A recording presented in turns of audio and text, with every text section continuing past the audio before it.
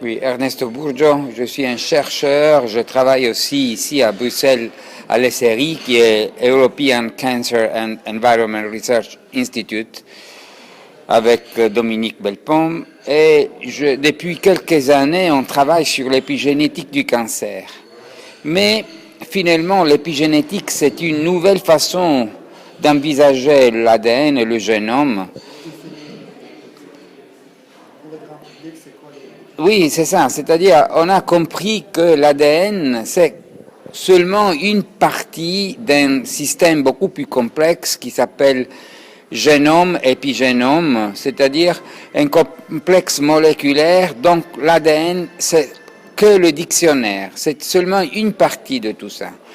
Ce qui est vraiment très important à comprendre, c'est que l'environnement qu'on a sous-évalué pendant des dizaines, c'est justement toutes les informations chimiques, moléculaires, physiques qui arrivent de l'atmosphère des chaînes alimentaires à, disons, jusqu'à l'ADN, jusqu'à l'épigénome, et qui provoquent des changements réactifs dans l'épigénome. Donc, on a compris que le génome, c'est quelque chose de très actif, qui change continuellement dans la vie.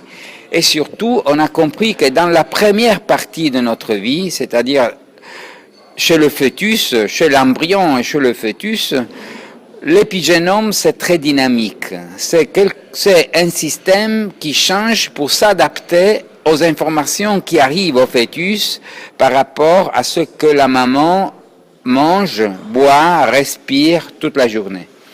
Alors, ce qu'on a compris, c'est que justement, ce qui se passe dans cette première phase de notre vie, dans la phase embryo-fœtale, dans l'ontogénèse, c'est peut-être la partie la plus importante de notre vie, point de vue biologique, puisque toutes nos cellules et nos tissus et nos organes sont en train de se programmer pour s'adapter aux informations qui arrivent au fœtus. Alors vous comprenez que si on donne au fœtus des bonnes informations, c'est-à-dire si la maman peut vraiment se nourrir d'une façon correcte, si elle ne reçoit pas des polluants, si elle ne reçoit pas une exposition continuelle à des champs électromagnétiques, le fœtus va se programmer d'une façon correcte pour toute sa vie.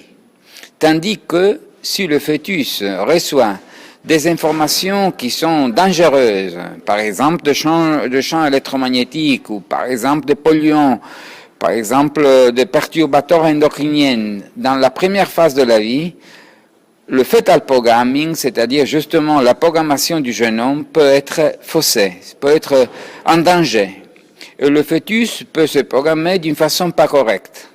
Alors de plus en plus, on pense que l'augmentation des maladies chroniques, par exemple l'obésité, la diabète 2, qui est devenue une maladie des jeunes adultes, tandis qu'il était une maladie des vieux, et puis par exemple l'autisme et des maladies comme l'Alzheimer, le cancer même, et surtout toutes les maladies qui sont les allergies, la maladie cœliaque et tout ça, sont peut-être en grande partie des maladies dues à une programmation faussée ou de toute façon perturbée au début de la vie.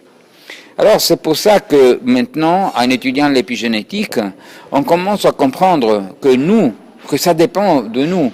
C'est-à-dire que les maladies ne sont pas le fruit de l'hasard, mais ce sont justement des réponses à des informations qui ne sont pas correctes. Donc, à ce point-là, si on travaille beaucoup sur la prévention primaire, si on commence à penser que les premiers jours de notre vie sont les plus importants pour tout notre destin biologique, si on commence à faire vraiment de telle façon que le fœtus est préservé et la maman est moins exposée à des tas de polluants et de champs électromagnétiques, on pourra peut-être, on espère beaucoup, si les pédiatres, si les gynécologues, si tous les médecins et même les gens en général qui s'occupent de santé envisagent cette stratégie de prévention primaire et de réduction de l'exposition des mamans et des enfants et du fœtus, je crois qu'on pourra vraiment réduire ces maladies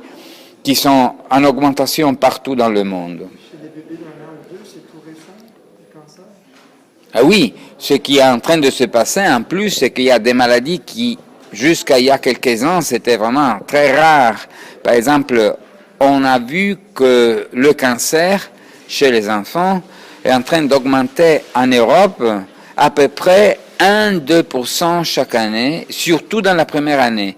C'est-à-dire ce qui nous a vraiment étonné, que l'augmentation maximale, c'est pas chez les adultes, chez les vieux, comme d'habitude on pensait, pas seulement chez les vieux, mais on commence à avoir une augmentation réelle chez les petits-enfants, dans la première année surtout. Ce qui nous fait penser que c'est plutôt l'exposition maternelle et donc du fœtus à des perturbateurs qui peuvent être les champs électromagnétiques, mais qui sont aussi, c'est sûr, les polluants qui peuvent donner disons, des altérations épigénétiques et génétiques à ce point-là. Parlez-nous des études professionnelles chez les mamans enceintes, les mamans exposées aux produits chimiques et aux champs magnétiques au travail? Eh oui, mais pas seulement au travail, vous savez, puisque nous, on a sous-évalué le fait que quand on sort dans la rue, on a respiré pendant, on peut dire, des millions d'années en étant des primates. On a toujours respiré de l'oxygène, de l'azote et des molécules qui étaient naturelles, tandis que maintenant, dès qu'on sort sur la rue, on respire de benzène, on respire des particules, on respire de métaux lourds. Et tout ça passe chez le fœtus, et ça le dérange. Et le dérange d'une façon très profonde, c'est-à-dire que justement l'ADN qui est en train de se programmer, disons le software de l'ADN, qui est l'épigénome, est dérangé dans sa programmation par rapport à tous ces métaux lourds et toutes ces molécules dangereuses qui sont dans l'air. Qu'est-ce que les parents peuvent faire? Ils ne peuvent pas déménager tous à la campagne? Non, moi je pense que il suffirait de réduire l'exposition. On ne peut pas éviter l'exposition. Mais l'exposition au champ électromagnétique est en train d'augmenter partout. L'exposition de petits-enfants au trafic est en train d'augmenter partout. Et les chaînes alimentaires sont de plus en plus pleines de pesticides. Si on commence à comprendre que tout ça est dangereux, on peut commencer à réduire tout ça. On ne peut pas, disons, se défendre en revenant en arrière des siècles. Ça, c'est impossible. Mais de toute façon, je crois que si on commence à réduire l'exposition maternelle, surtout puisqu'on connaît cette fenêtre d'exposition bien précise, c'est-à-dire, pour toi, pour moi, être exposé, c'est un petit danger. Mais pour un petit enfant, surtout pour le fœtus, c'est un danger majeur. Donc c'est là qu'il faut commencer.